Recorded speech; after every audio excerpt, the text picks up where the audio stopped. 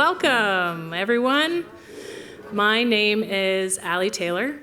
I am an Anishinaabe Kwe who hails from a little bit of east and a little bit of west, and I've lived in the Bow Valley for about 20 years. So the winter outside is very familiar to me, but it's always very cold. Thank you for coming. We're delighted to have everyone here, and we have a few different things for you this evening. Janine Windoff was supposed to be our host this evening, but she had to be somewhere, so I will be taking her place for that. So thank you, and I just want to welcome everybody to the site of Sacred Guardian Buffalo Mountain, and I'd love to introduce Adrian.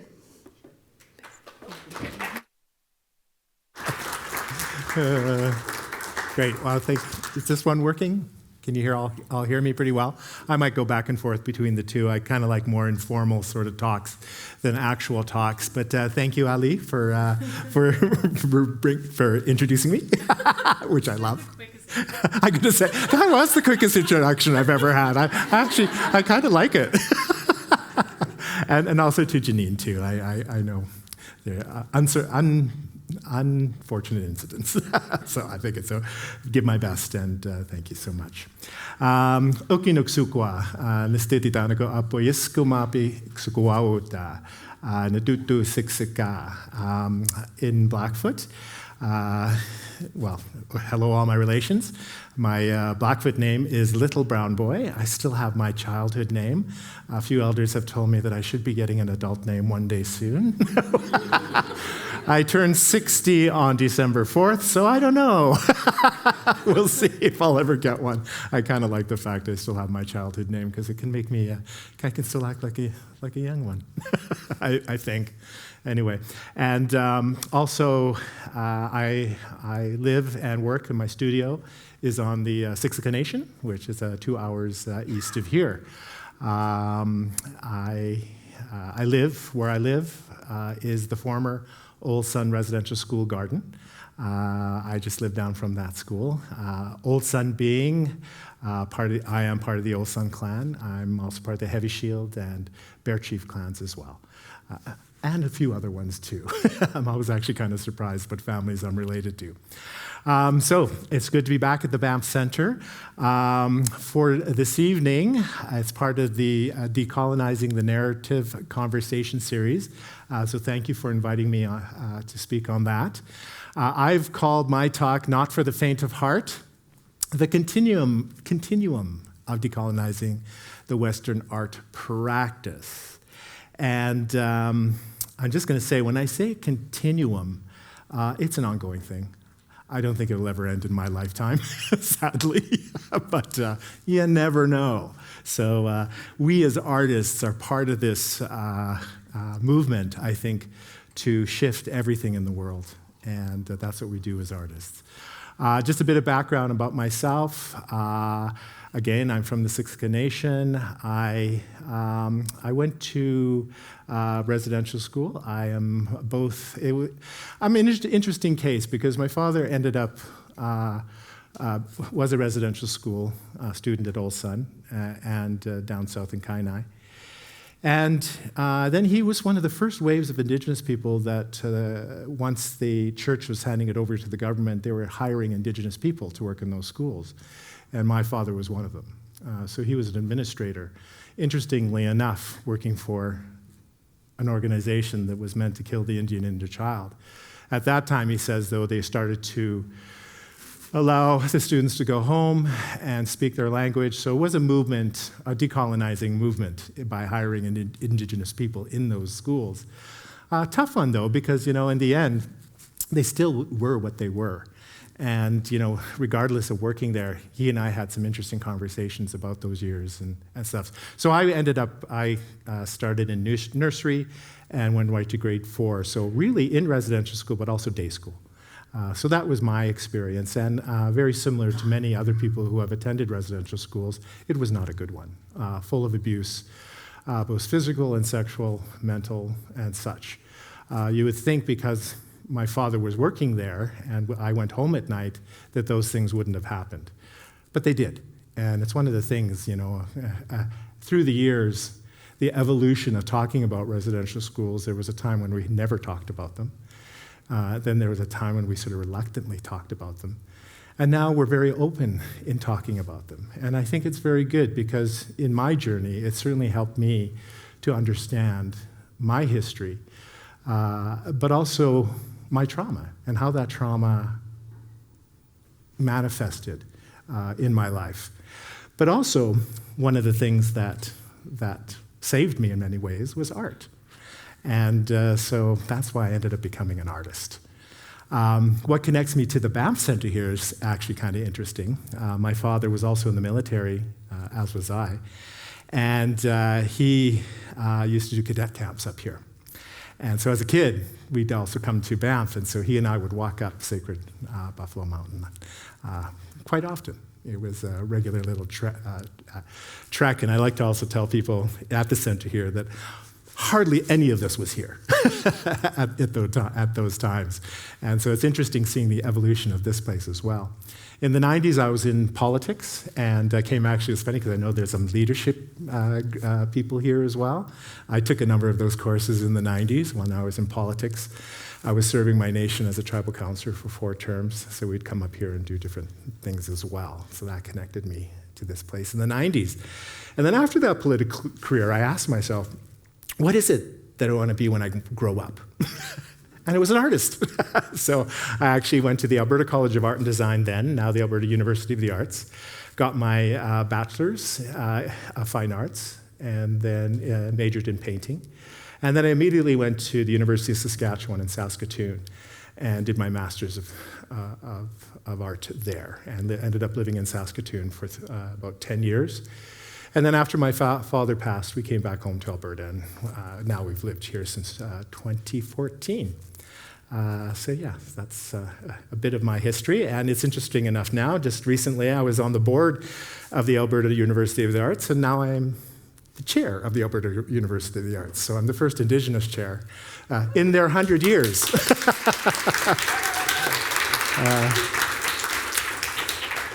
Which is interesting in 100 years, but a process if we're on the topic of decolonization, another step in the decolonization process.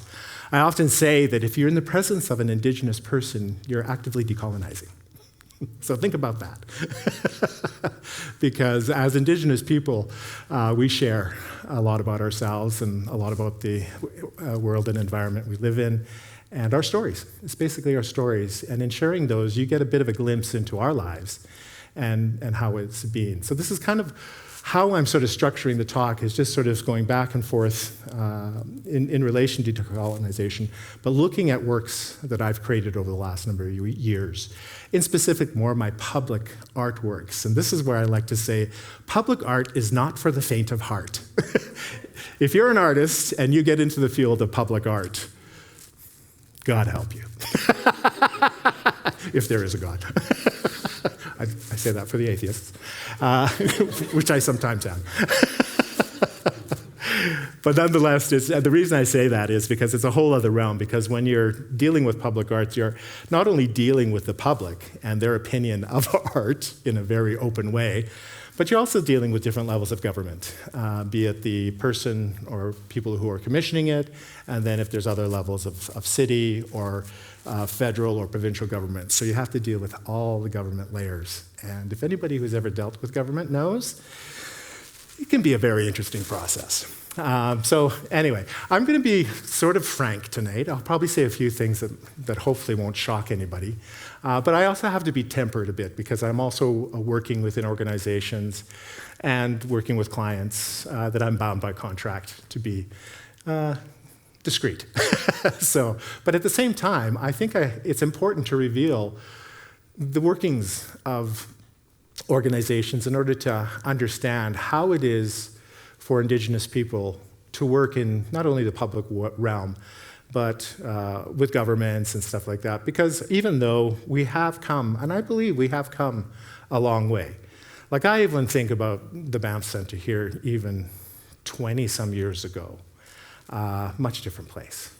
You know, even, the whole thing of allyship and all that sort of stuff, things like that weren't even talked about. It's been really like kind of an explosion in the last 20 years, in particular of Indigenous arts and artists. So much so that it's even, I believe, coming to an evolution itself, and I'll talk more about that.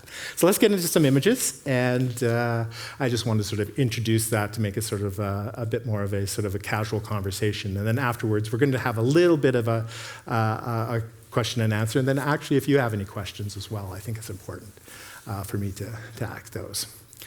Okay, so this image here was taken in Barcelona, Spain. And it's like you go everywhere or anywhere in the world, you're bound to run into some little shop that has nothing but Indians. And I use the term Indians because that's a term that's often used overseas still. They still haven't caught on. And then, of course, the United States, it's still used. So for here, we have Sitting Bull in the back, the poster. Then you have the cigar store Indian, and then you have the real Indian, which is me.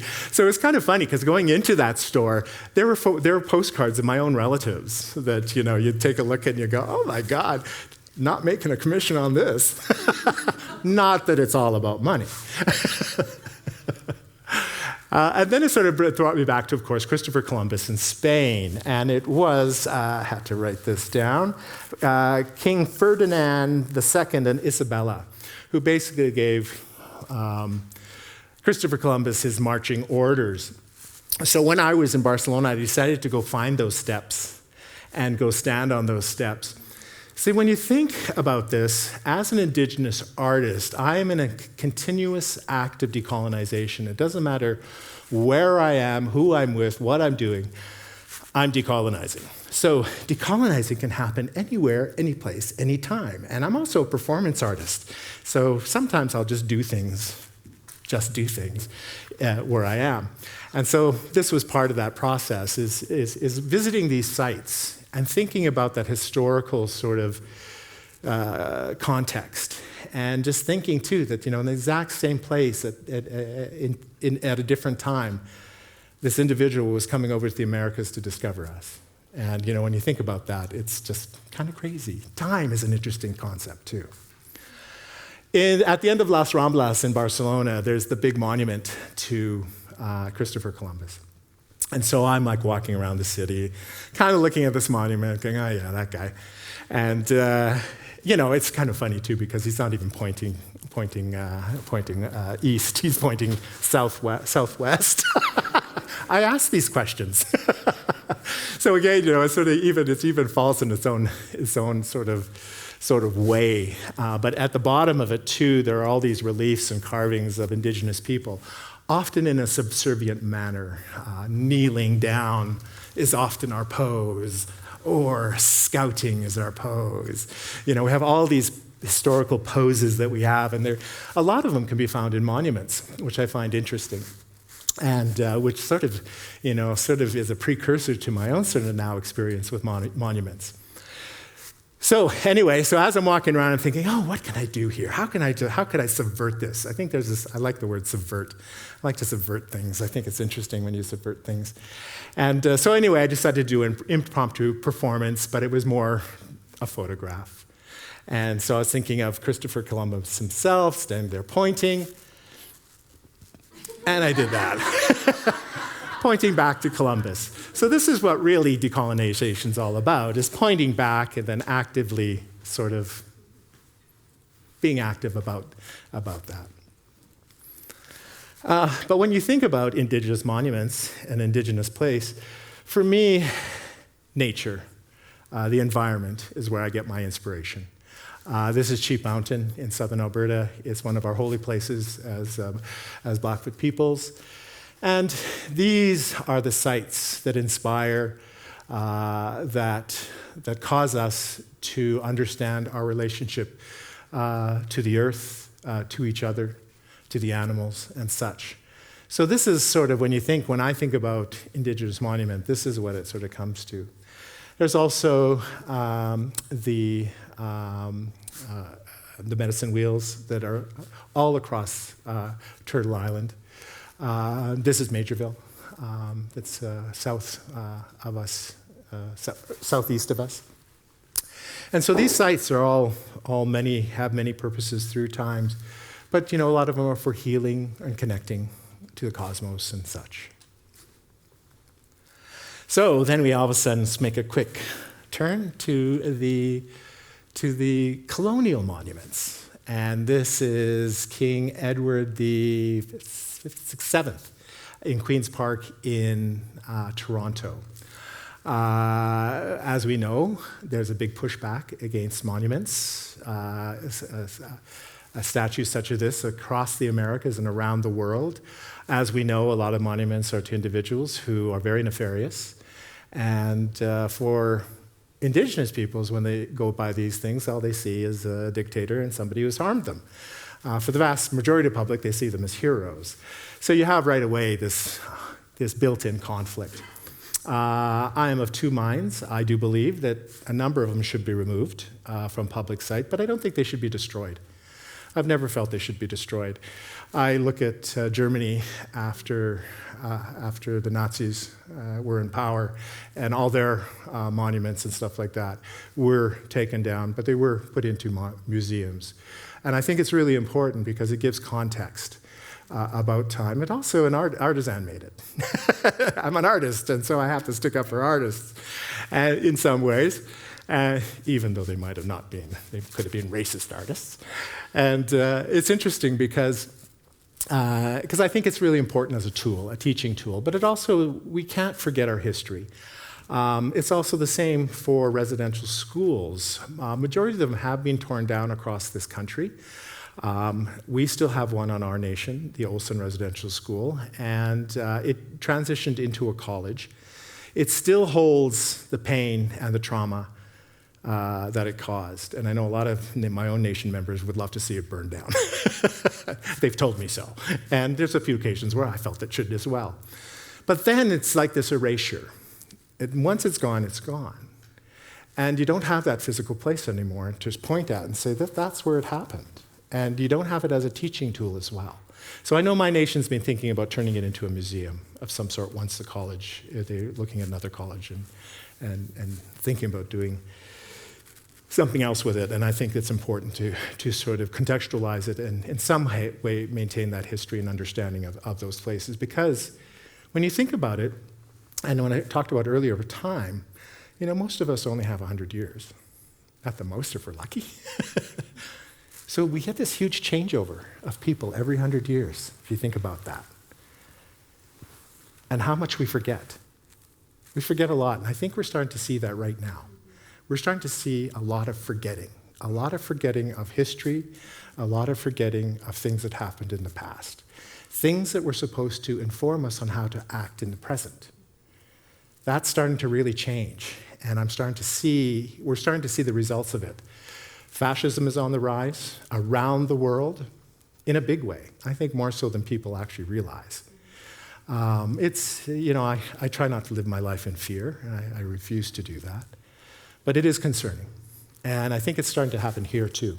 And I'm keeping my eyes open about it and thinking how I will act. But you also have to care for yourself too. And this is one of the things I think is interesting. I've been fighting all my life, since I was a child, right till now, fighting the colonial beast, constantly, little things, little daily aggressions, or bigger things. And believe you me, it's still happening.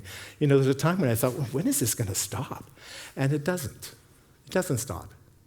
And you know what? It is what it is. And I don't lament and sort of say, oh, I wish it was this, or what I do. But, and then I know it's not going to be like that. So how do I exist in this world without feeling that constant state of trauma, that constant state of wanting to fight? Mind you, I'm always ready to fight, because you have to. But at the same time, you have to live your life. And you know what? I have a good life. I've built a good life. I have a fun life. And this is what I hold on to. Anyway, so for this one, it was during Queen Elizabeth's Diamond Jubilee. And so Buffalo Boy is a character persona that I have, and he did a performance around this one. So this is Buffalo Boy. Buffalo Boy is a character parody of Buffalo Bill and his Wild West shows, but I have sort of morphed it into sort of the Indian, two-spirited cowboy, so fishnet stockings, codpiece or G-string, corset, pearls, disco cowboy hat, and such. And so over the early part of my career, from I would say about 2005 onward to like 2015 or so, Buffalo Boy did a lot of active performances that were all about decolonization. Buffalo Boy is now getting older, so there's a newborn Buffalo Boy, much older, and I don't know if any wiser, but nonetheless, he is evolving. Also, the Shaman Exterminator, who is a persona of Buffalo Boys, basically Buffalo Boy underneath. And the Shaman Exterminator is really looking at sort of New Age spiritualism, the appropriations of indigenous spirituality, indigenous ways, and because it's kind of the silent terminator of sorts who goes around and acts like a buffalo and scares the hell out of everybody, often preceding a Buffalo Boy performance.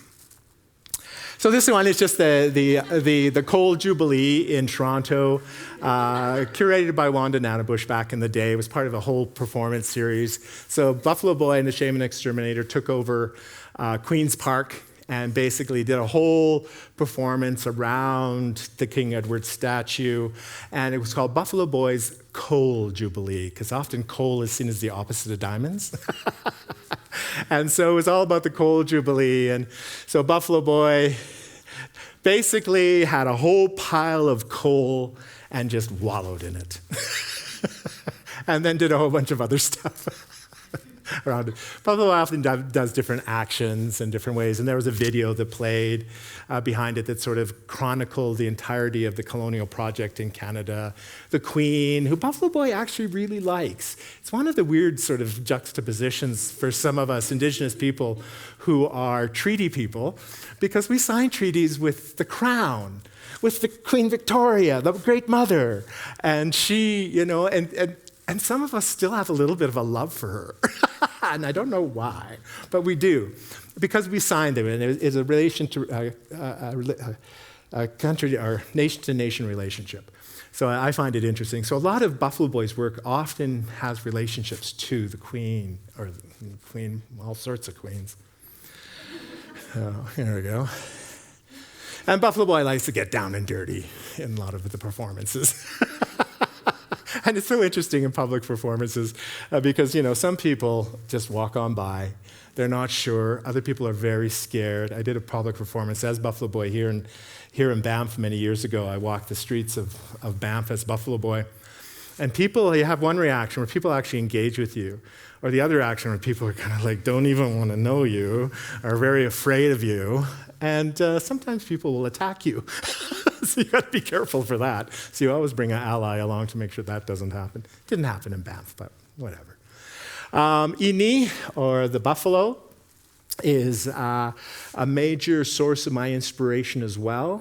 For the Blackfoot people, the buffalo meant everything. It was not only our source of food, it was our tools, it was our shelter, it was our clothes, and most importantly, a big part of our spiritual life.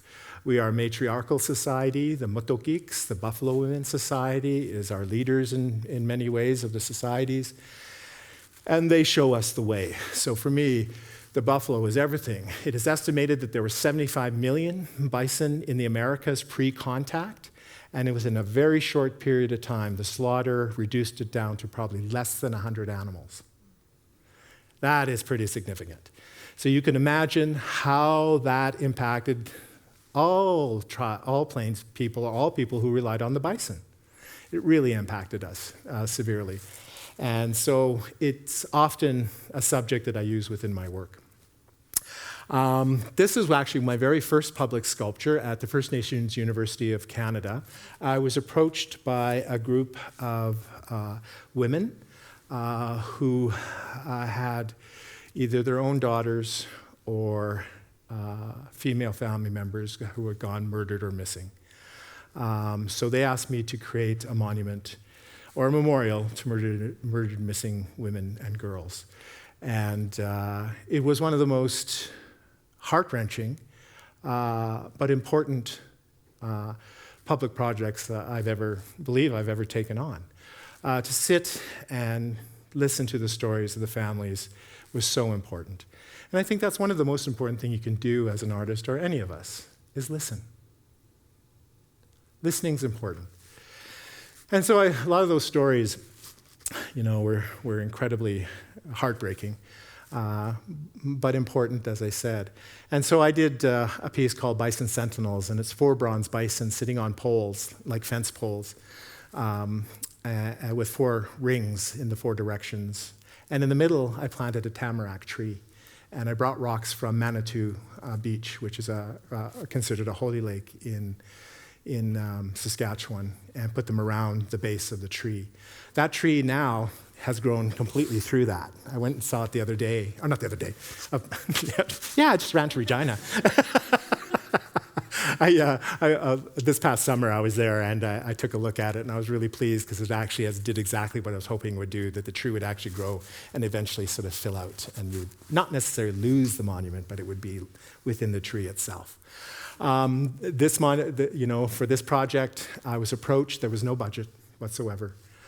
So I helped raise the funds for this and put my work into it, because it's, I think as an artist, it's interesting. We're often seen as the bottom of the rung of the economic scale. And it's usually after we pass that we make all our money. but it's interesting. I think it's important to give back to communities and be part of communities and such.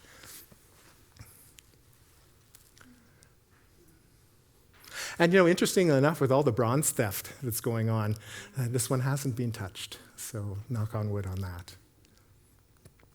Again, the slaughter of the bison. This is a pretty famous picture of the pile of bones. Actually, I always thought this was in Regina, but no, it's in St. Louis in the United States. I found that out.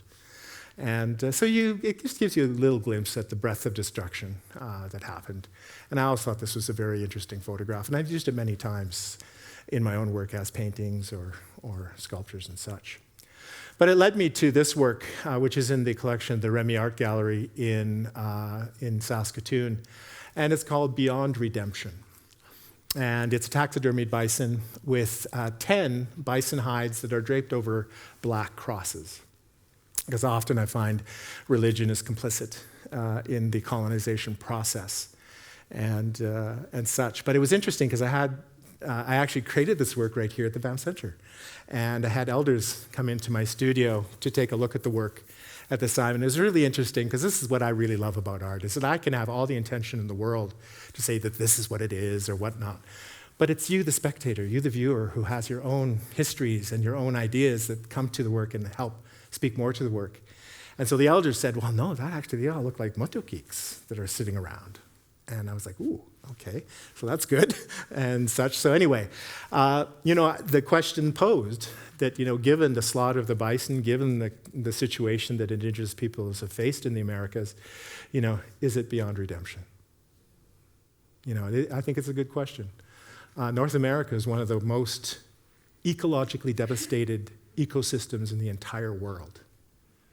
People don't, it's all resource extraction, it's agriculture, it's all these things that have completely devastated the landscape. The bison with their cloved hooves used to dig up the ground. That's how cultivation happened. The mass herds running over the plains, just the vibration of them on the ground would cause the aquifers, stimulate the aquifers, and they would bubble up water. So just little things like that, and you think about it. Wanuskewin actually has a really interesting program in Saskatchewan with their bison herd. They've just brought back a bison and are repopulating an old farmer's field, and I did a residency there. It was so beautiful. The day I arrived, a baby buffalo was born. It was really kind of wonderful. And but they were telling me that since the bison have been back, so many other animals are coming back. So, it can happen. And this is where I have hope. Sometimes, some days I don't have any hope at all. Other days it's like, I have hope. And, because when I see things like that, I know it's going to happen. The Buffalo Treaty, the big treaty that's going on here in Canada, United States, in trying to create a corridor for the bison to roam across the borders. I was down in Waterton doing a project this summer and looking at those corridors and such, and I was thinking that, well, how wonderful it would be. I've always had a manifesto that says, we got to bring back all the buffalo, and they can roam wherever they want, and we have to get out of the way. Which I think would be really interesting, downtown Calgary, a whole herd of buffalo. I don't know, I think that'd be kind of fun. Anyway, that's a crazy artist dreams. I put in an image here of Old Sun Residential School, as I talked about a bit earlier. And it's one of the things that's happening now, and it's one of the calls to action is the creation of monuments and stuff in relation to residential school history. It's, in a way, monumentalizing the trauma. It's a very interesting area to consider as an artist. How do you approach these things? Given that I've had the experience, that's an element. But what if you haven't? How do you speak to these? And really, it's going to listen to the stories and understanding the elders and the people who have attended these places, and really get an insight as to how they should be remembered and considered in the public realm. I've already created a number of works in relation to Old Sun. This particular piece is called Old Sun. It is a sweat lodge replica made with steel ribs rather than wood, steel indicating the Industrial Revolution and the resource extraction. The piecing together of the bison fur underneath is part of that. The light above it is an actual Old Sun Residential School light. They were doing renovations of the school many, many years ago, and I was just a kid. And they're throwing all this stuff out into the dump. I don't know. I just went and grabbed them and took them home and put in my parents' garage, not knowing what I'd ever do with them. And, there was a reason. And now they became a part of my practice. But it's shining down through the ribs, and it's the shadow of the Union Jack on the buffalo fur. Then there's Sick and Tired.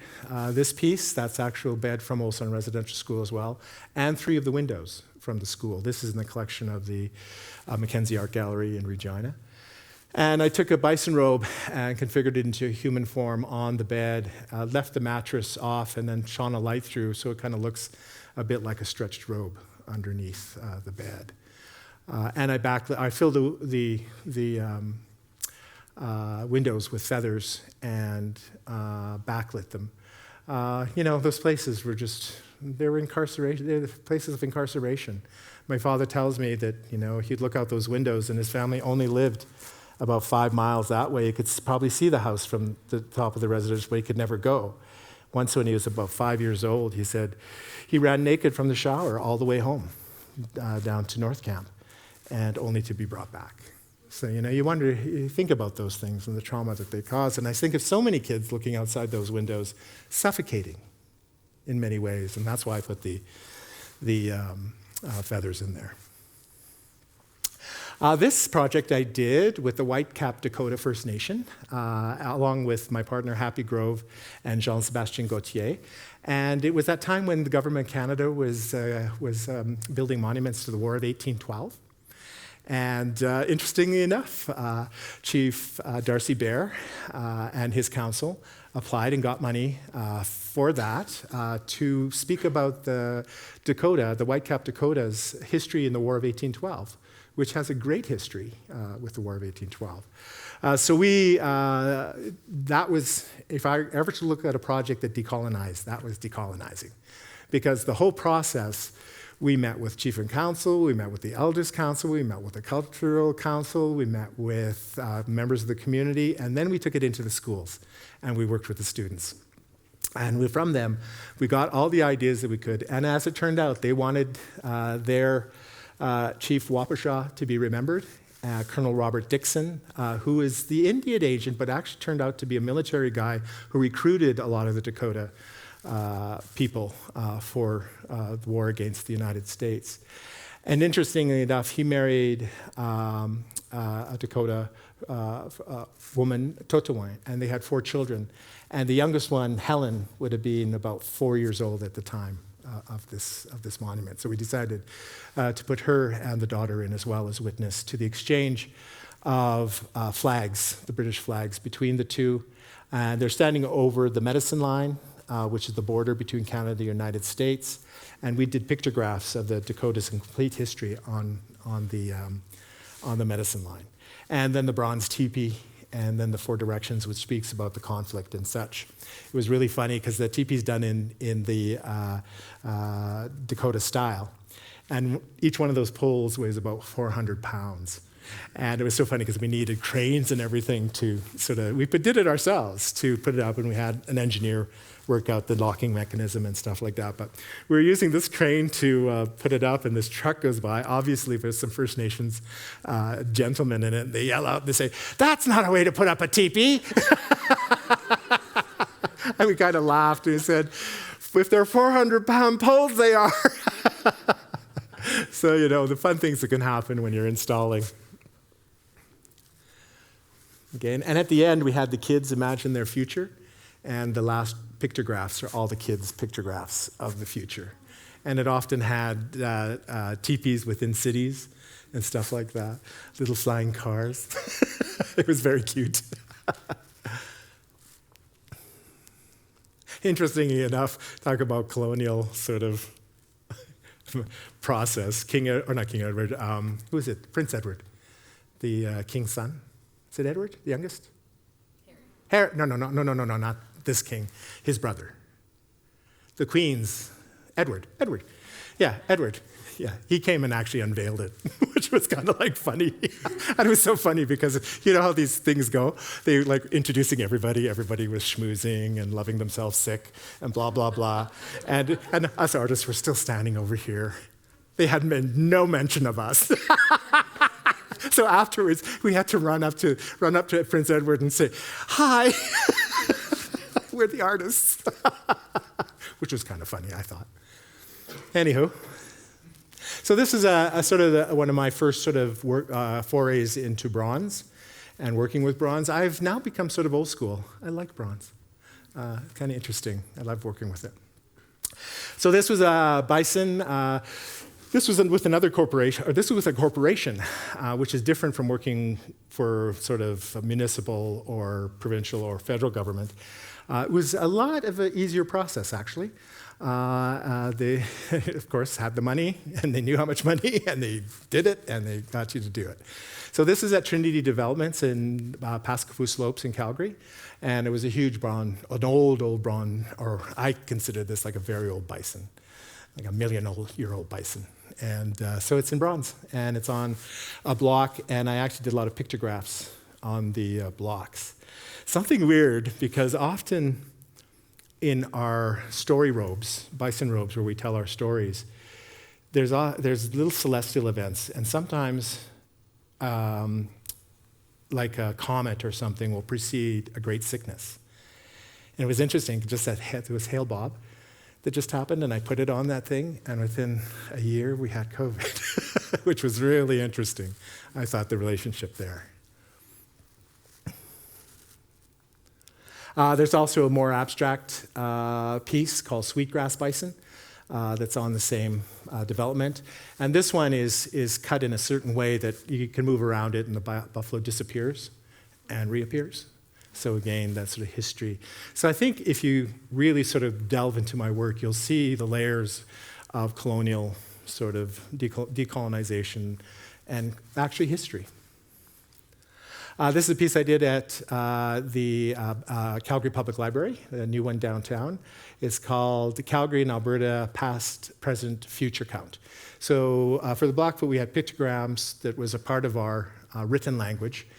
And so I started developing pictograms and sort of did it in the spiral motion. This sort of went from the beginning to the bison, to the beginning of Alberta, the Rocket Age, the Husky Tower. Do you remember when it was called the Husky Tower? have a little husky at the bottom there, because that's kind of, yeah. And I put I created a two-spirited pictograph, which I now use quite often in my work.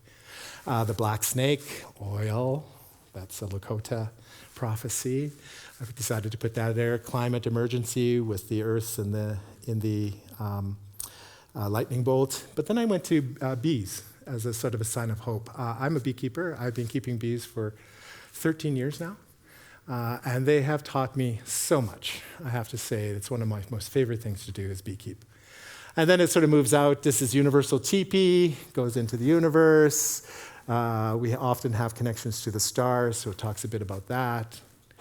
And then goes back to the Buffalo people. So this is at the Calgary Public Library. This actually was done through a program, the Indigenous, I can't remember the exact name. It was a program to encourage Indigenous artists to apply, and then it was Indigenous-led. And I have to say, the project went really well. It was very, very accommodating in so many ways. And then I got another Calgary Public artwork, and it's called Kawapoma Cakes, which in Blackfoot it's translated Animals That Roam the Prairie, and it's on International Avenue, the old 17th Avenue in Calgary, which used to be the main way for all of us to get into Calgary. And so I thought about all the animals that are now gone from that area. Again, these sort of educational tools, these teaching tools. So there's a QR code on it that goes to a website that you can find out the reason why, for the names and little stories of the different animals. So Awakasi, the pronghorn, Misinski, badger, and all the rest. Sinopa, the swift fox, prairie hares, and even the prairie dog. The most, what is it? Now I think is the most maligned little creature ever.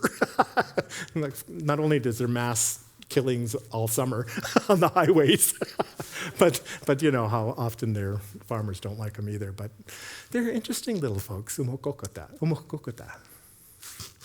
Anyway, these are just Corten steel drawings that are attached to a garden plot on 17th Avenue. Not the best pictures, but you get the idea of shadows. And it, again, lives more, it lives more online, so you get to see the stories and such. And this is the black-footed ferret. I often thought if we had a little mascot, the Blackfoot, it should be the black-footed ferret. They're very cute. They're almost extinct, but there are programs, in particular in Montana, that are saving them. There's still some around. I am an able seaman back in the day, Canadian military, the Navy. I did my training at CFB Esquimalt in Victoria. So I have a history in military. And interestingly enough, I've been doing more military works in the last number of years. This particular one I was asked to do for the Northern Lights Military Cemetery in Edmonton. So this was the drawing that I based it upon. And it's so funny because the military often names a lot of its vehicles after animals or indigenous tribes, like the helicopters, the Apache, the buffalo. So you just see it everywhere. It's kind of interesting because if you look at decolonization, you can really sort of maybe look to the military. I'm just kidding. So then I did the piece in aluminum and have all the cut through, so to the north. So I would imagine the Northern Lights this year would have been pretty spectacular over them. So this work was called Peace, and it was just really a northern mountain scene, just serenity. It's in the military graveyard, so it was just meant to be very calming. Recently, my team, Team Stimson, was selected to do the National Monument to Canada's mission in Afghanistan. We were selected going almost 2 years ago now. And I was a war artist in Afghanistan in 2010. It was actually again here at Banff when I was on one of the residencies when I got the call that I was accepted. Yeah, and then I went. And that was a most amazing experience for me. I created a number of works throughout the years of it. And And then I put together a team, and we went for it, and we got it. I think anybody who knows about this monument also knows that there's a bit of controversy around it, that the jury actually selected another team, but Veterans Affairs is the group that is commissioning it, and they asked them specifically to consider public input, and they didn't. The public input was overwhelmingly in our favor. And so they made the call to award it to us, which didn't make the other team too happy. They're still not happy. And, I could say a lot about jury systems. I've been on jury systems myself, or juries myself. I don't think I'm going to say too much more because CBC was trying to get me for forever to try to say something controversial. Our goal was and still is and has always been the fallen, their families, and that's what our focus is. And what we did is I worked with Blackfoot elders, a veteran as well, and determined that the base of this was going to be based after the medicine wheel. That the teachings of the medicine wheel and healing was going to be a big part of this, because as we know, Afghanistan for many Canadians is still a very controversial and troubling conflict, as are all conflicts. But at the same time, it was one that we had an opportunity to hopefully create balance. So in this, there's a real balance between Canadian and Afghanistan sort of content and trying to balance it in a good way. And also the teachings. So the North Pole is the intellectual, which talks about the war, the reasons for going through the war, and that stuff. The East is the emotional, which speaks about the soldiers themselves and loss. The South is the spiritual, and the West is the physical, mental health, PTSD. So you have a much larger digital strategy around this that will link to other organizations that are doing good work in these areas. But basically that's sort of the makeup of it. 3 of the walls have the names of the fallen, and the other wall is dedicated to Afghanistan and their losses. So basically, and then outside is all the plantings are indigenous natural plantings, but also with healing plants such as sage, sweetgrass, and other stuff. And we're working with Kitigan-Zibi First Nation to figure out ways of harvesting and maintaining these through time. We are at the 66% completion rate. I don't know if you've ever had a public commission before, but you have your idea, you throw it into the machine, COVID happened, everything tripled in price, so we have to value engineer. That's a new term I've learned. So basically that just means without losing the essence of it, you have to sort of bring it down to within cost. And so that's what we're doing right now, and refining all the elements. And so while it won't look exactly like this, it'll look very similar to this. So these are just some of the mock-ups we had of it. And in the center, and that's what I'll be sculpting all February in my studio at Siksika, are the 4 flak jackets that are in the middle. The names. Yeah, so this is the piece that I'll be sculpting, and they're just flak jackets. When I was in the theater of war, it was really interesting, and the soldiers came back, they took their flak jackets off and put them on these metal crosses. Just utilitarian. They don't think they're necessarily meant to be crosses, even though they are, as just hangers. But I often saw them as just really sort of poignant. I don't know why. I think these artists, it's like I look up back there and I keep thinking those sound things are Cadbury caramels. I'm just like, oh yeah, Cadbury caramel.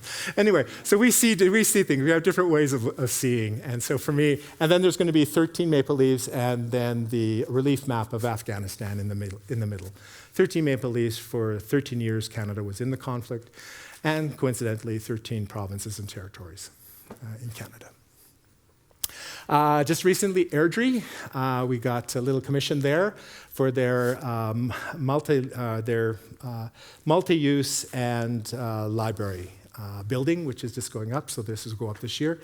Working with Pierre Poussin on this one. And we just determined, quite simply, just to do the architectural fragment of the teepee. Quite simply, just to reinforce the history of the place, of Airdrie. And it's just out in their back entrance and stuff like that. And also to represent the tribes in southern Alberta, Siksika, Piikani Kainai, Tsuut'ina, and the three Stoney Nakoda nations, Bearspaw, Chiniki, and Goodstoney. And so those, they just have the pictographic cutouts that will be on each pole. So that reinforces that place as being Indigenous. Again, decolonizing. So it becomes another lesson for the folks of Airdrie that connects them. And they'll learn hopefully more about the tribes that are around them.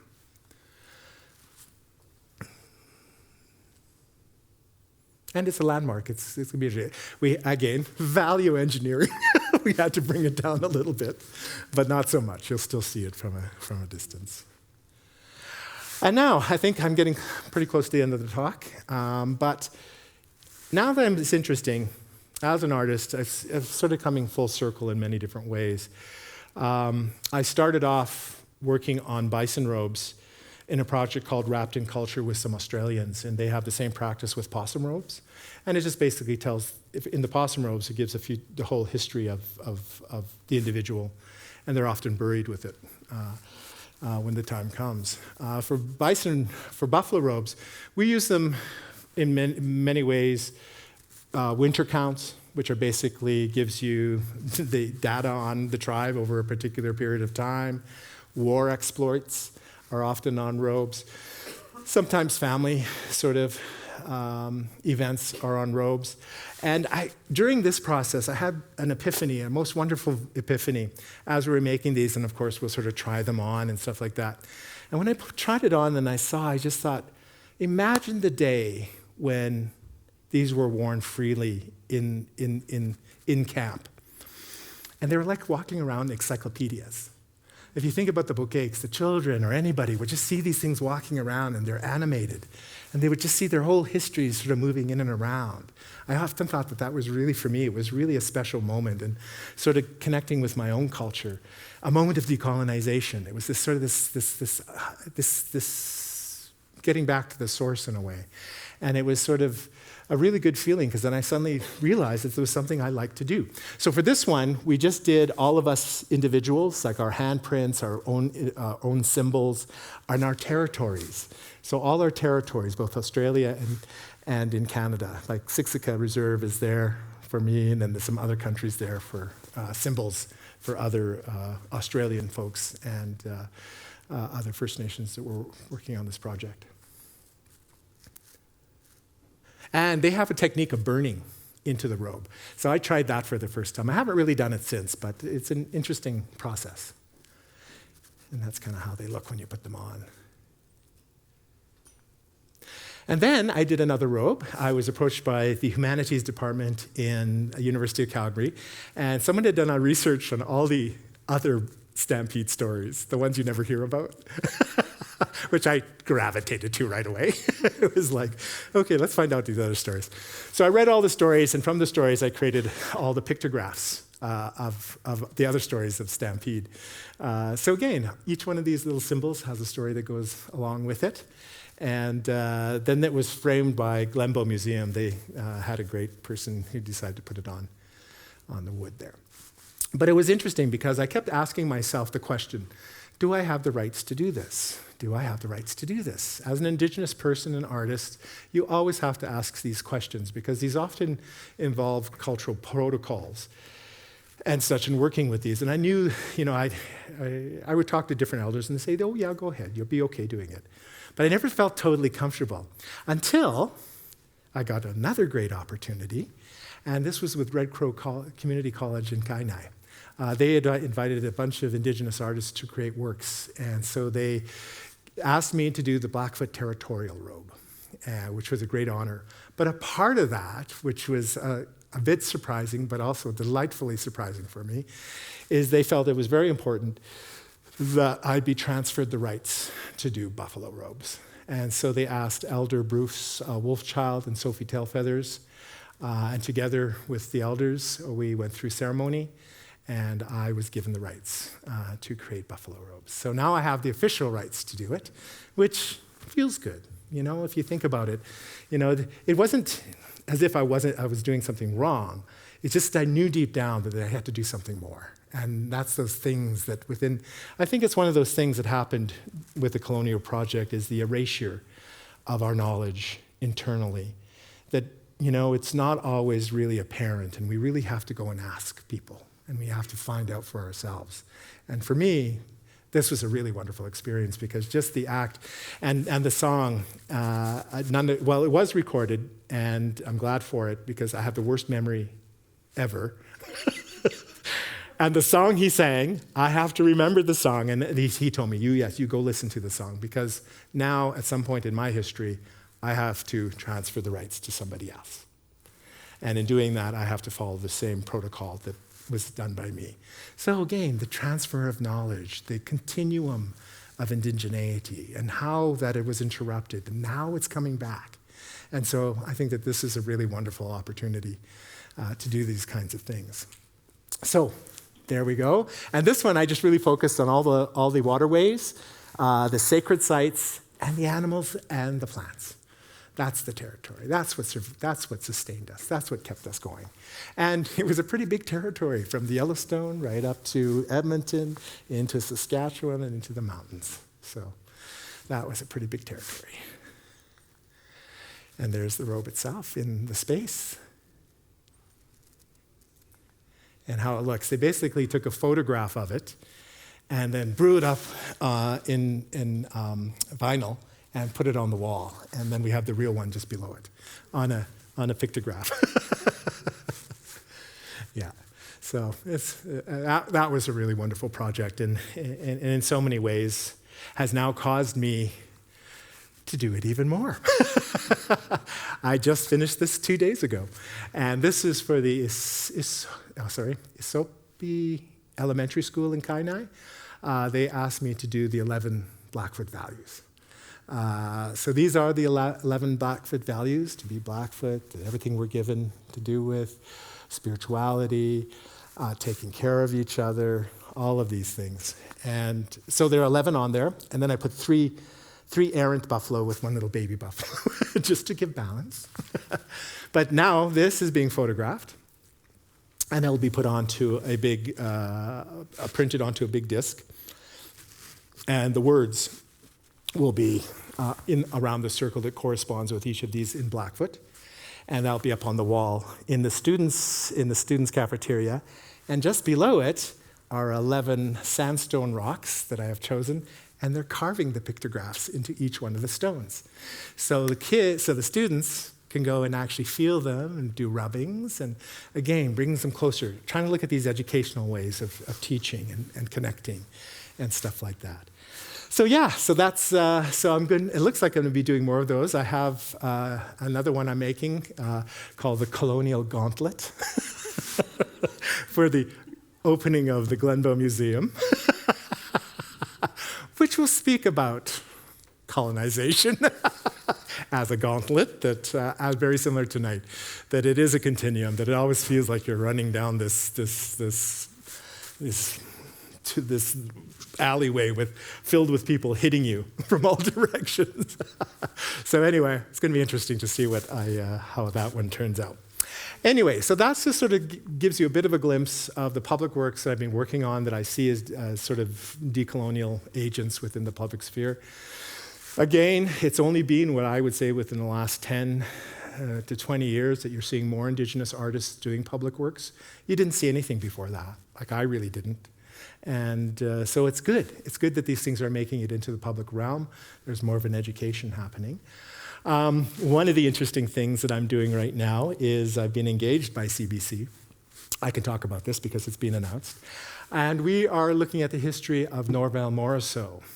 I think everybody knows Norval as one of the most famous Canadian artists, the founder of the Woodlands style, and an incredibly charismatic and interesting individual. But also, what he had to face as an Indigenous person, residential school, and then becoming an artist, and then being completely exploited as an artist in so many ways.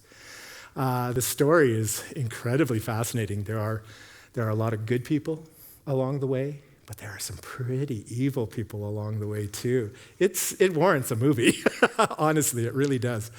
So one of the things is, recently there's Kevin Hearn of the Bare Naked Ladies did a documentary called "There Are No Fakes," which sort of chronicled his experience, because he ended up with one of Morisot's fakes, and which there are a lot of them. But I can honestly say that going through this process, there's a really good process in play that's helping to authenticate and helping to, reclaim that history for him in that area. So it's really, really interesting and sort of doing a bit of investigative work. I'm not really it's for podcasts. We're going to do podcasts. And I'm going to be doing a number of interviews over the coming months. And we're partnering with Australians, because Australians also have similar histories as well. So actually, I'm leaving next Tuesday for Australia for 10 days working. It's actually with another project, two projects. The one, the CBC, doing a few interviews down there in relation to a couple of artists down there. Daniel Browning, being the Indigenous from ABC, Australian Broadcasting Corporation. And we're going to sort of see the connections of those histories. But I'm also working with two other artists, Tessa Lass and Frances Bell Parker, and we're creating a video. They were just here. We were just in Banff 2 weeks ago, filming up on the mountain, then at Drumheller, and then Siksika. And so I'm going over there to film on their countries, Gadigal country and Yurgal country. It's over there, and we're making a video for the Yurumboy Festival in May, and it's called "We Are the Land We Walk Upon." And so again, speaking about our connection to the land and connection to each other. And so that's kind of where that's going. So I actually most recently got to see a whole bunch of original Morisots. Very beautiful artist, I have to say. Being in person with his work is a whole different experience. And now that, having some of this background, it's like sleuthing. Is that a real one or not? And you can now see the differences between them. But again, I think for me, that story, I hope, leads to more legislation that protects artists. In particular, Indigenous artists, but all artists, because we need it. We have copyright laws and stuff like that, but we don't have any real laws that protect any of us. If anybody decides to rip off our images and use them, and we know that happens. And so, and there are places in the world like Barcelona, Spain, where I can walk into a room and see a bunch of works that, how did they get there? Does, Indigenous people back here know that they're there? So hopefully this brings about change, and so I think that would be a good opportunity. I'll end there. I think we can ask questions now, do you think? I think we're probably way over. It's 8. What time are we supposed to talk? Well, I'd let you talk all day. Oh, 8:30. Was it 8:30? Okay, well, we got 10 minutes or so for questions. Sure, that's perfect. Cool. We're just going to grab You bet. Hello. Just testing. We're going to take a seat so it's a little bit more Sure. casual. Full disclosure, I haven't really interviewed anybody in a really long time, and most of my background is hospitality. So, Hey, I used to be in hospitality too. I ran a resort. great. I did. What's your favorite food? Oh, my favorite food. Oh gosh, what is my favorite food these days? Sushi. Oh, Yes. there you I love go. sushi and sashimi. Wonderful. Where do you go? A few places in Calgary. Excellent. So we can find you there? No, just kidding. So you're going to Australia. Is it your first time going there? No, actually, I've been very fortunate. This is probably my 8th trip since 2020 or 2017. I first went over there when Tessa Lass was curator, and she curated a show called With Secrecy and Dispatch, which was the 200th anniversary of the Akin massacre. And so there were 4 Canadian artists brought over, and there were Australian artists, and we did a work in relation to that massacre. And so I did a video for that. So I went over research, went back, and ever since I just made good mates there, and I love it there. I go back in partially because I'm a bit of a beach boy. I'd rather be on a beach than anything. That's fair, going into winter. Yes. So you do so many projects, and it seems like you're looking so far ahead. I just wonder what you do for downtime for yourself. Downtown, I garden. I garden and work with my bees. I just like to be in nature. At home, I'm very fortunate. I live in a very beautiful place in a big pasture, so there's nobody really around, so I can just go wander everywhere. We have a whole metropolis of coyotes around us, and gophers and badgers, and the bird life is amazing. We have so many different kinds of birds throughout the year. And this morning, did I leave this morning? Yeah, I did. This morning, I was looking out the window and 2 huge coyotes walked through the backyard. And then yesterday, I saw this whole herd of deer running up the hill. I don't think that's much for everybody who lives in Banff. They see them all the time. But for me, it was like, ooh, they're here. I think for me, downtime is really that, just quiet. I think more than anything, I cherish quiet and just relaxing. Yeah. Amazing. We got a question. Wonderful. Yes, we can open it up to questions because we just have a few minutes left. So Angela is going to be our wonderful runner, everyone. Angela. So we have a couple of questions. Are you pointing because you want to chat? Ah. Because there's someone right behind you, too, with their hand up. Here, why don't you take it? Does that one work? Okay, perfect.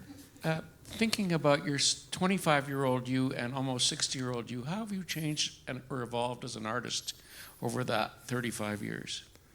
The 25-year-old me, where would I have been? Gosh. I think I was an immigration officer. I was enforcing the law. No. What was I doing? More about how you've evolved as an artist, how your vision, how your values, how your expression has changed. Yeah, I think like anything, there's a maturity.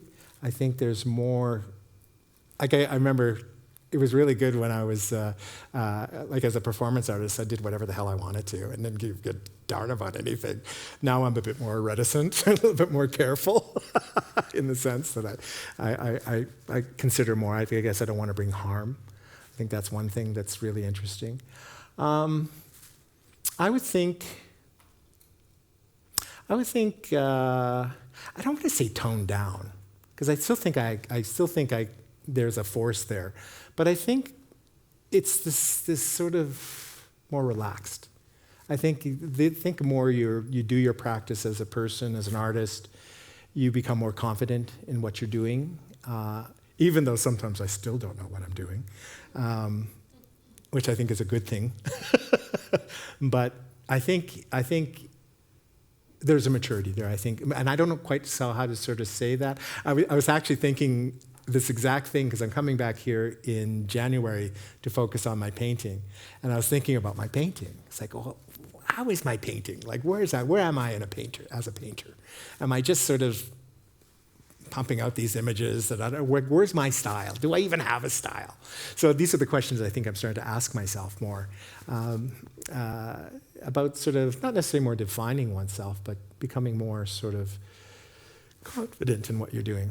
I think that's it. I think just more confidence. I'm not doing any less. In fact, I think I'm doing more, which is weird. It sounds like it. Yeah.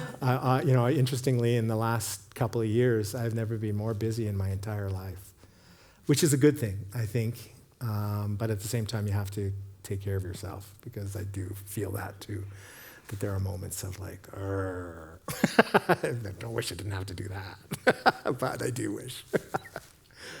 Yeah. Great question. Thank you. Good evening. Thank you. Michelle Tellep from Whitehorse, Yukon. I'm in the Indigenous Leadership Program right now for project management.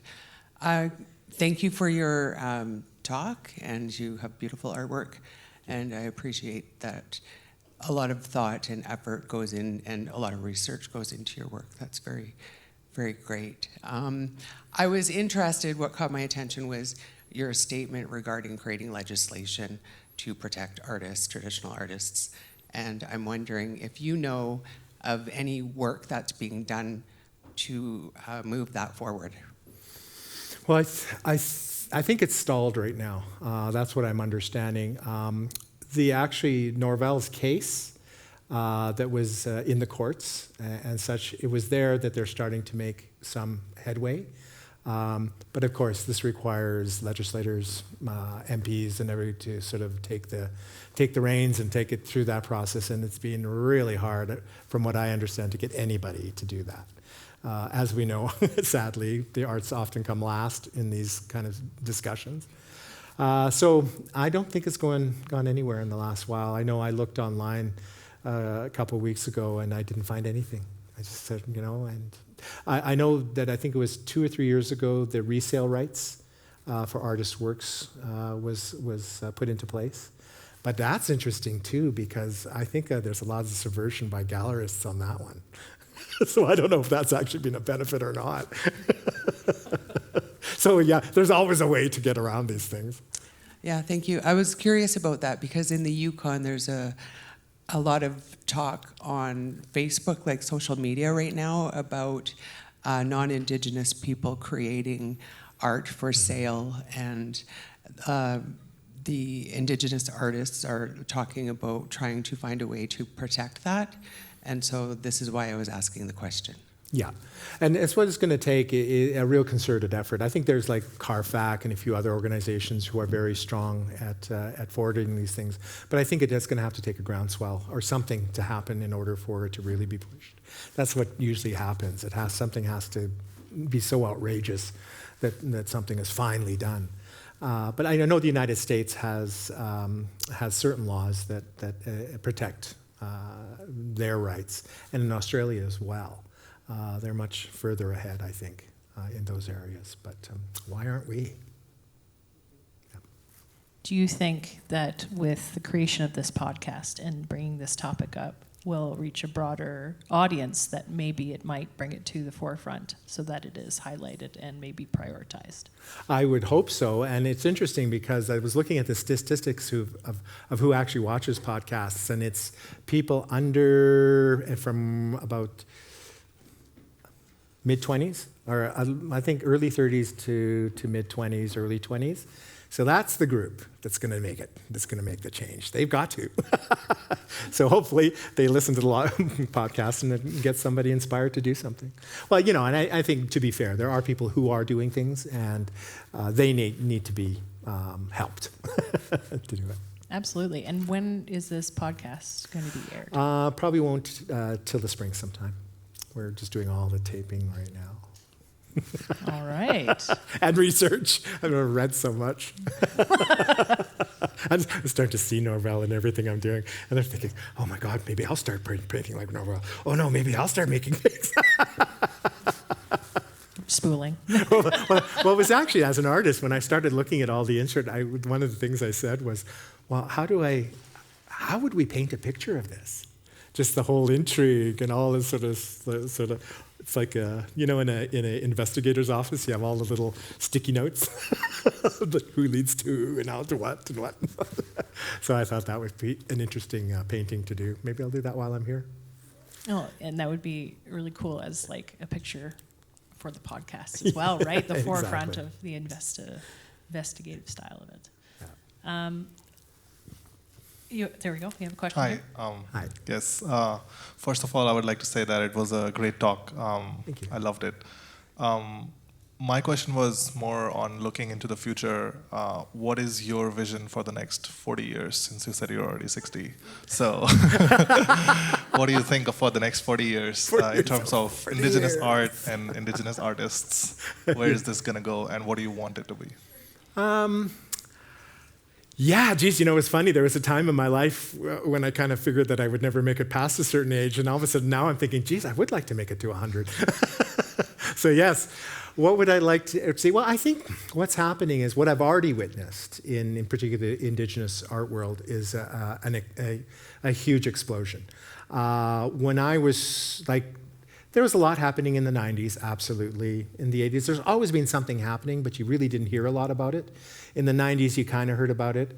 Into 2000s, there has been an explosion, and I thank the Banff Centre for some of that, because of your residencies over the years and stuff, because there's been so many Indigenous artists who have come through the Banff Centre. I think it's only going to grow. I think it's going to shift in different ways. Like we've reached a critical mass right now, and it's one of the interesting things is that when that happens, trying to maintain sort of an Indigenous sort of perspective is becoming harder. And it's harder because Indigenous artists are getting involved with the Western system and galleries, and it's a very competitive space. So now we're competing against each other, and now we're not liking each other. That's kind of happening. I think it's interesting because I remember a time when, oh my gosh, am I sounding old? I remember a time. Oh. Anyway, back in the day. No comment. When there was much closer knit community. It felt that way, that you really knew everybody and you really sort of had a really friendship and relationships. As time's moving along, I think more is being revealed. Politics, of course, plays into this, people's politics. I have to say COVID was a huge divider, I think, within many communities. So we also have to contend with that. So it's either like we've reached a critical mass, it's going to explode, but maybe it'll come back together. I think it's really important that we do a lot more writing about this, for all you writers in the room, is really important because we have to write about ourselves. We have to talk about ourselves. We have to not necessarily define ourselves. We have to tell our stories and how somehow that will connect us more. Perhaps it is determining styles, like the woodland style. There's a whole history of that now. There's evolutions of it. There's arms of it. I've been thinking of Blackfoot artists. Like, what connects us as Blackfoot artists? What is our aesthetic? Like there's a few things, like bison robes is one of them, but other tribes do that too. So really, it's really, I think we need to focus more on our history and telling that history, because I think it will help the Western art canon in understanding its own history in comparison. So I think that's a big thing. I think you're going to see a lot more. But I think at the same time, as I mentioned at the beginning of the talk, I am a little worried. We are in a time where it feels like there's a huge steps going backwards, and I'm wondering how that's going to affect, because it often does. It often affects. It's funny, of course, just before I came over, I shouldn't have looked, but I did, and there's the Fraser Institute just came out, Tom Flanagan, one of our Indigenous people's most favorite people. I'm not being very candid there, am I? I'm being very candid. But he's going on like, again, these Indigenous people have received an avalanche of funds, triple the amount than they did from from some many years ago, and they're still at the same place that they were. Well, no, we're not. It's these. So we're still facing that. We're still facing blatant racism. We're still facing it. And I guess what we have to be concerned about is it going to get worse? Is it going to go back to what it was? And I think that's in the mind of many Indigenous people. Will it go back to what it was? And certainly the way governments are going, looks like it. And so there's still a lot of fighting to do. So I'll be 100 years old and I'll still have my hands up. Cheers to that. Thank you. You bet. We have a question here and a question here. Oh, sorry. For like new and up and coming artists, or do you have suggestions or thoughts on how do you balance modern and traditional styles in art, whether not so much being in a a colonial system, but having the different modern tools and art forms and materials to use, how do you balance that? Because sometimes there's pushback of well, that's not how we did it, but it's listen, this is saving me 5 days. So how do you balance that, respecting the traditional ways, but also being able to utilize modern tools, materials, etc.? Yeah. Well, I think you just got to do it. It's one of the things that I've always believed, and it's one of the most important things. I've always had this sort of weird sort of feeling against these two camps, traditional and contemporary. I've always felt we're a continuum. I am a continuum of the artists that were before me. We, as Indigenous people, I also believe, are some of the best evolutionists. We observed the universe and the earth around us. We looked at everything. We understood the science of it. We did that. We evolved with nature, and we evolved with time. And so I think we're still doing that. So I think, it's funny because, yes, there are proven ways of doing things, and it's important not to forget those ways. Because, I think like any lost art, we got to maintain the core and the essence of these arts. So yes, I think it's important. If you have the ability to learn traditional ways of doing things, do it. But don't be afraid to use modern tools, because that's what we have. And let's face it, the thing about computers, they update them every week. So it's I am hating them quite simply because I have to relearn them every week. And it's so at the same time, I guess I make that analogy because it's things are going to constantly evolve. And so we have to be able to evolve with them. So I think that, just do it. And one of the things I always did is, you have to find your trusted elders and community to talk to and sort of guide you. And I've done that. I've had really wonderful individuals in my life that if I'm not sure, I just go, how about this? And sometimes they'll answer me and sometimes they won't. Because really, in the end, you got to do it and you got to make your own mistakes and you got to make your own triumphs. And that's just the way it is. And it's going to be okay. It's not the end of the world. If somebody tells you haven't done it the right way, and believe me, people have told me I haven't done it the right way. So you just got to do it. That's what I say. I'd just say to that as well, we had a hide, tanning, and parfleche residency in October, and we brought in 2 bison hides, and the faculty explained that we have to do it in the traditional way. We have to do it the hard way first, and then you can take the easier steps. So I think as long as you're kind of living to that, then you've kind of gone through the process, and then you can have a little ease on yourself. I am now tanning a deer hide at my home in a much easier way because I did do the hard work, and I've got the muscle memory now. So I just wanted to share that. Yeah. Thank you. My next step, and I haven't done it yet, is I haven't tanned a buffalo hide. And I should do it. I know deep down inside, it's you should do it. And one day I probably will. Yeah. I believe you had a question. First of all, I want to say a huge thanks for sharing your life and work with us. That was absolutely beautiful to see. So thank you. And yeah, I sort of have 2 questions if there's time. And my first one is that obviously you said that by your presence, you're decolonizing, and a lot of your work, the theme is decolonization. But do you experience the needs for decolonization within the processes of making public projects and the hierarchies present there? Do you face those challenges? Yes, absolutely. It's as I think at the beginning I mentioned that you deal with different levels of government. And I can certainly say that in certain situations where you would think you wouldn't run into it, you run into it. And there is an opportunity. It's an interesting space because in the moment, sometimes you don't recognize it's happening. And you kind of leave and all of a sudden you're kind of shell-shocked and it's what just happened? And then you unpack it and you go, oh, no, that wasn't good.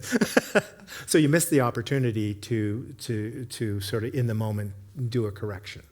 And I think it's important to do corrections. It's not always the most comfortable thing to do, but at the same time, it's just stop things. Say, oh, just a second, what did you really mean by that? This is how I'm understanding it. Am I, something? So that's one way of dealing with it. The other way, it's systemic. These systems are in place. It's going to take time. Again, like I say, I've been surprised where I've encountered it in places where I didn't think I was going to. So it just tells me that it is everywhere, and that really we have to be astute. We have to be direct, but also too, you also have to pick your fights. That's the one thing. Safety is an important thing. If I don't feel like confronting somebody, I'm not going to confront them. If I don't have the energy, don't do it. Because you have to take care of yourself. But if I have the energy, watch out.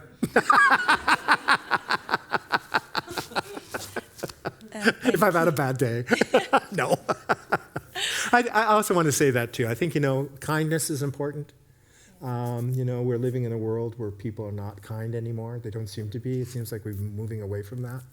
So I think we always have to default, not default, but we always have to sort of consider being gentle, being kind, as long, humor is important. That's one of the things that underscores a lot of my work is humor, using it as a tool to open up the space where people feel like they can talk about these things. Because I think that's one of the things is people really don't know how to talk about these things. They're really worried about offending somebody or saying the wrong thing or, all those sort of things. And I've always said there's no stupid questions. If you don't know, you don't know. You need to find out. And sometimes, it comes through or it comes across a little harsh, but at the same time, if you can work through it and talk, and that's really, I think, really important, is to be able to talk about it if the other individual is willing to talk about it. If they're not, if they're just on send, then send them back. Thank you. Have you done any Buffalo Boy performances since you've been given the rights to make buffalo robes? Or would you? Not yet. Not yet, no. No, I've been thinking about when the next buffalo. Actually, I'm working on a project in France right now. And we are working in a place called La Rochelle, France, which was the port where a lot of the ships left for the Americas. And so we're decolonizing their institutions. It's kind of funny because they're like 20 years behind. And so we're planning not next year, the year after, a big festival of sorts. And so Buffalo Boy is planning to make a comeback for that. Buffalo Boy is going to either sail across the Atlantic and land in La Rochelle and claim France in the name of love. Brava. So that might be the next performance. We'll see. Do we have any more questions? Oh, we have another here. So first of all, I just want to say thank you so much for your talk. It was absolutely wonderful. Thank you. This is kind of a two-part question. So I've noticed kind of a trend now that I've been listening to this talk. Myself and a bunch of other artists I know, and yourself as well, Indigenous artists, use alter ego as a performance tool, as part of their kit. And I'm wondering kind of what are your reasons to be attracted to using alter ego, and why do you think kind of Indigenous artists have this tendency? Oh gosh, that's actually an excellent question. Thank you. I think, well, I can, of course, speak about myself, and I've actually talked a little bit about this. Buffalo Boy, I think, was born a lot earlier, because Buffalo Boy has a fringe jacket. Like, one of the signifiers is the fringe jacket. And when I was going to residential school at the time of the abuse was happening, so it kind of comes from a dark place, my personality split. I basically was Adrian during the day at school. When I would come home, I would put the white pleather fringe jacket on, and I'd go out as Adrienne. So suddenly I was a girl. And so I'd go play with the boys and and stuff. But I don't know how anybody ever figured out that I wasn't a twin. Because Adrienne never went to school. So I think the core of it is trauma. Is this how, when you're dealing with trauma, you often create another persona of yourself in order to cope and survive. So I think that that really is a big part of it. But also, too, within Indigenous culture and societies, we take on the animal, we take on the personas of different beasts and stuff like that. So we have it within us, in our DNA, that we often transform into something else as part of who we are. So I think that that also has a big part of it as well. That it's an interesting sort of connection that I've been thinking about those two things. So yeah, so like, you know, it's like even when I'm a men's buckskin dancer. So when I put on my regalia, all of a sudden I become a dancer, you know, and I'm learning the different moves within that. So that's almost another persona in a way. So yeah, so I think that it's built within the culture and as a part of storytelling. But I also think it has other sort of deeper and darker sort of things as well. Yeah.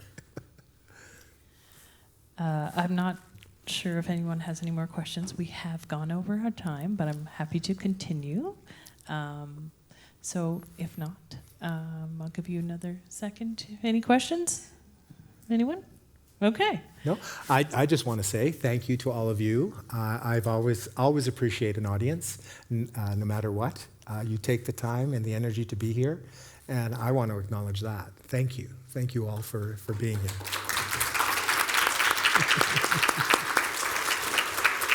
Thank you. And thank you. And thank you. Thank you. Stand in, found out at 4 p.m.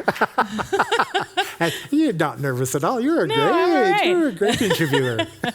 I did want to point out, too, that you do have a website. So if you want to continue following your story and you, then you can go to that website. I believe we put it up on our Decolonizing the Narrative page. So if you want to keep following Adrian's story and maybe meet him in France for Buffalo Boy, that would be fantastic. Come on the ship with me. Yeah, that would be amazing. We'll party all across the Atlantic. Wonderful. Thank you so much. And thank you, everyone, for coming. Yeah, we thank really you. appreciate you being here. Yeah.